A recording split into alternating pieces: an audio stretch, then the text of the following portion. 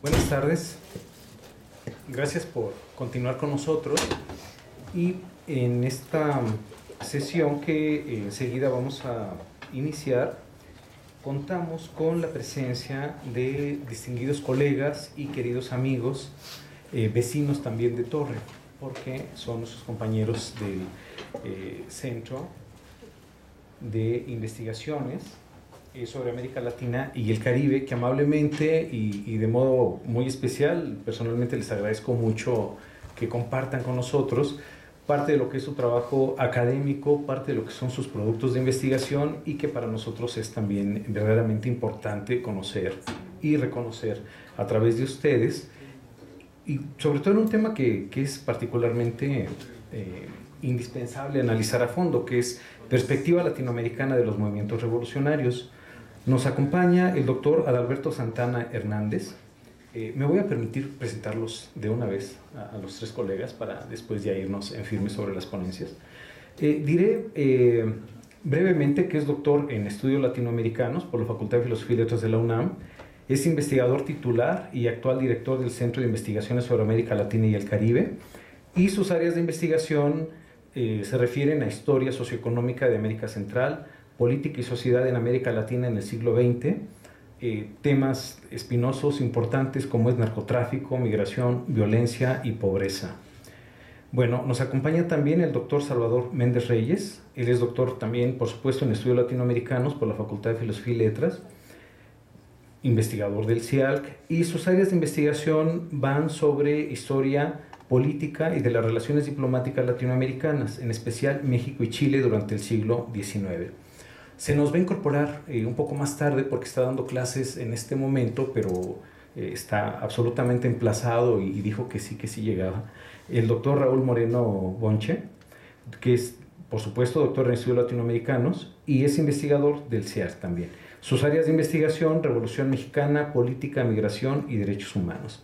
Así que, bueno, en mi nombre propio, en nombre del CUIF, agradecemos a los colegas del CIALC, vecinos queridos, por supuesto, que participen en este coloquio y nos da muchísimo gusto tenerlos aquí presentes. Pues para no retrasarnos más, le pediré al doctor Adalberto Santana si puede iniciar con su conferencia titulada Impacto de la Revolución Mexicana en América Latina.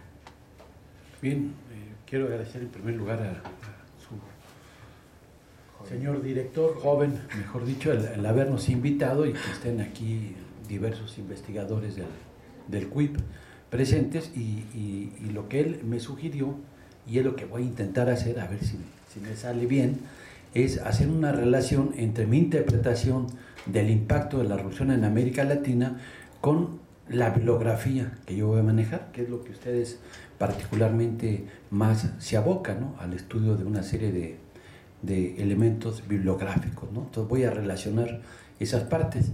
Claro que el texto está pensado en otra dimensión hacia América Latina, pero yo voy a retomar el aspecto de la relación bibliográfica para que le demos un énfasis, y a lo mejor esto me lleva a modificar el texto. Claro, quizá sea mucho más aportativo desde otra lectura, ¿no? Y que regreses a dar otra conferencia, por supuesto. También. No, pues a rato pida hasta mi plaza para el CUIP. Se cambia de descripción. Exactamente, ¿no? Bien, bueno, empezaría titulando esto porque voy a tomar algunos textos y algunos autores y algunos revolucionarios que hablan sobre la Revolución Mexicana en América Latina, y empezaría hablando de un revolucionario por naturaleza, sobre Ernesto Che Guevara, ¿no?, que él también tiene una caracterización sobre la Revolución Mexicana. Vamos a ver cómo, en lo que voy a presentar, hay una serie de textos y de trabajos con actores políticos latinoamericanos, ¿sí?, que dejan sus ideas en una serie de trabajos. Y en este caso Ernesto Che Guevara, y es lo que abre mi texto, dice: México está cayendo a pasos agigantados en una colonia yanqui. Hay una cierta burguesía mexicana, pero ya pactó con el imperialismo.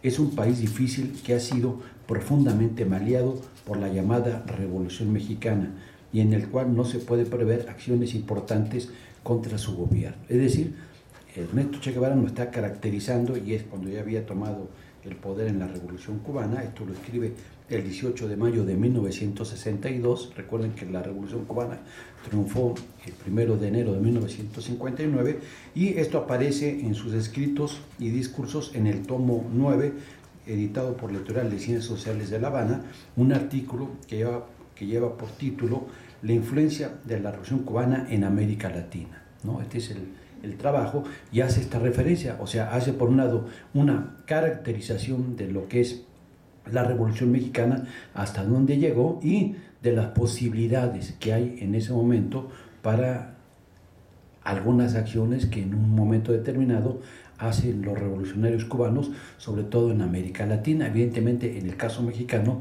no participaron en una propuesta alternativa, dado que bien consideran a la Revolución Mexicana como muy importante, porque consiguieron el apoyo aquí en su momento cuando hay la expedición del Granma, ¿sí? Más adelante pues nunca va a haber una confrontación entre México y Cuba, particularmente entre el gobierno mexicano y Cuba, a diferencia del resto de América Latina, donde, por ejemplo, contra la dictadura de Somoza o contra otras dictaduras, pues siempre va a haber una serie de apoyos a esas revoluciones. Pero, bueno, es una caracterización que nos hace Ernesto Che Guevara.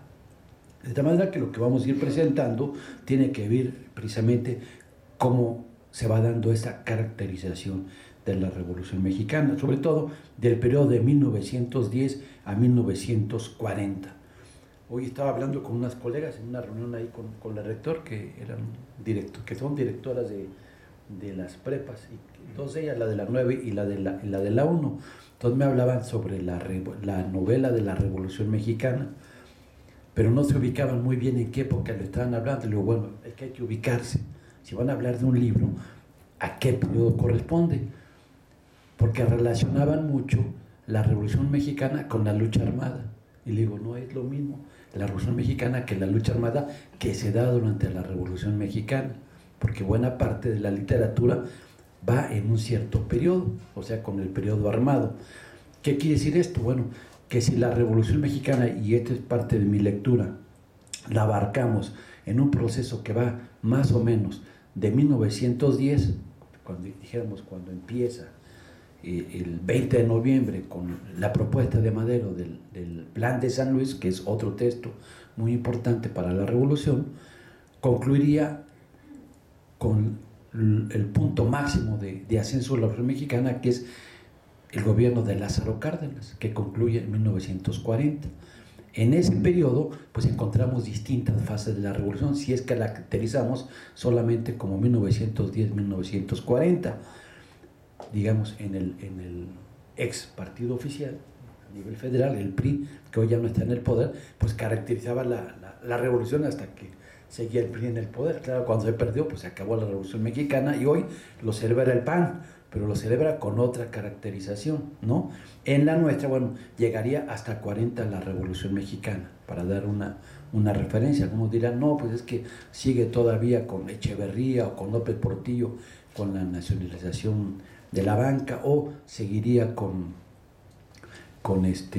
hasta con Salinas, con el liberalismo social, si se quisiera tomar, o con de la Madrid con el nacionalismo revolucionario, ¿no? Sin embargo, bueno, yo sí tomo hasta los 40, o sea, pero dentro de hay una fase, la fase armada, que abarcaría de 1910 aproximadamente, ¿hasta cuándo? Bueno, hasta el asesinato más o menos de Carranza, por ejemplo, ¿no?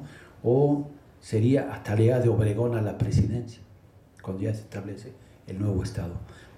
La otra parte también va a corresponder a la revolución, pero a otra fase de la revolución. Si hacemos el paralelismo con otras revoluciones, en el caso de la Revolución Cubana, bueno, pues lleva cierta lectura, lleva 50 años la Revolución Cubana, pero una parte de la fase armada de la Sierra Maestra o los preparativos del Granma, y otra de las reformas que se van haciendo a lo largo de esa revolución. De igual manera, si habláramos hoy de la revolución chavista o de la revolución bolivariana o ciudadana en el Ecuador, habría que caracterizarlas, ¿no? Y en este caso, bueno, estamos caracterizando a esta revolución, y dentro de esa revolución yo la abarcaría precisamente en dos fases.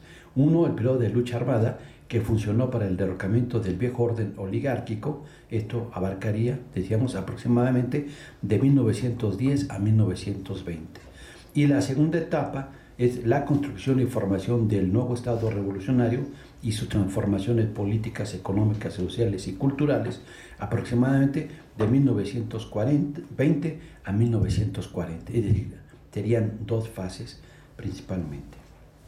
De tal manera que los textos o los libros que hagan referencia tendríamos que marcarlos en relación a esto. Claro que puede haber un texto, y hoy abunda, por ejemplo, sobre la Revolución Mexicana, el de, por decir un ejemplo, el de Paco Ignacio Taibo sobre Villa, pues ya no habla, digo, su libro está hecho en nuestra época, pero sin embargo caracteriza en un momento dado a Francisco Villa, pero ahí va a trascender el periodo porque Villa muere en 23, entonces abarcaría los dos periodos de esta periodización que hacemos de la revolución. O sea, surgen de repente este tipo de fenómenos en este análisis, ¿no? Pero en términos generales podemos decir que el conjunto de este movimiento revolucionario podemos caracterizarlo de la siguiente forma, tal como nos lo advierten Alejandro Maldonado Gallardo y Sergio Guerra Vilaboy y Roberto González Arana en su texto titulado Revoluciones Latinoamericanas en el siglo XX, síntesis histórica y análisis historiográfico. ¿Qué nos dicen en esa caracterización Sergio Guerra Vilaboy y estos otros autores? Nos dicen lo siguiente: la Revolución Mexicana 1910-1940, a pesar de sus limitaciones, fue un movimiento telúrico que transformó profundamente las estructuras económicas, sociales y sentó las bases para una nueva etapa del desarrollo ascendente del país y para el avance de las relaciones capitalistas, reafirmando la soberanía nacional. Por el carácter de las fuerzas que la promovieron y las reivindicaciones que la inspiraban, la Revolución Mexicana podemos considerarla como una revolución social, democrática, agraria y antiimperialista, que contribuyó decisivamente al fortalecimiento de la conciencia y las tradiciones revolucionarias en el pueblo mexicano y de toda América Latina. Entonces ahí nos hace de nueva cuenta esa caracterización abarcando todo el periodo sin hacer las dos fases y señalándonos precisamente cuáles eran las características social, democrática, agraria y antiimperialista, por ejemplo, ¿no? De igual manera, podemos apuntar que a esa revolución también se le puede identificar desde otras interpretaciones como una revolución social, como una forma inédita en la historia de revolución política, a saber, una revolución, por ejemplo, populista, tal como la caracteriza Arnaldo Córdoba en su ensayo La formación del poder político en México. Arnaldo Córdoba es uno de los principales analistas de la Revolución Mexicana, ¿no? Y es considerado incluso por los estudiosos de la Revolución Mexicana quizá como el mejor no historiador, quizá el mejor sociólogo o analista político de cuáles son los principales elementos de la Revolución Mexicana. Claro, hay una diversidad de autores sobre la Revolución Mexicana, pero coinciden que Arnaldo Córdoba es uno de los especialistas del tema, ¿no? Tomando la revolución en términos grandes. Incluso, por ejemplo, el maestro Álvaro Matute, que ustedes también conocen, él dice, bueno, no hablemos de una revolución, tendría que hablarse de distintas revoluciones en el caso mexicano. Claro, parte de una caracterización distinta del concepto de revolución a la que parte el mismo Arnaldo Córdoba. Y eso donde se va uno a encontrarlo, bueno, a través del estudio de sus materiales bibliográficos, cuáles son sus análisis. Bien, tomando a la Revolución Mexicana como un referente fundamental para diversos procesos revolucionarios que se han originado en la región a lo largo de este siglo, ella ha servido también como un modelo para emularla por sus aciertos, decíamos, o también para criticarla por los errores que ha cometido.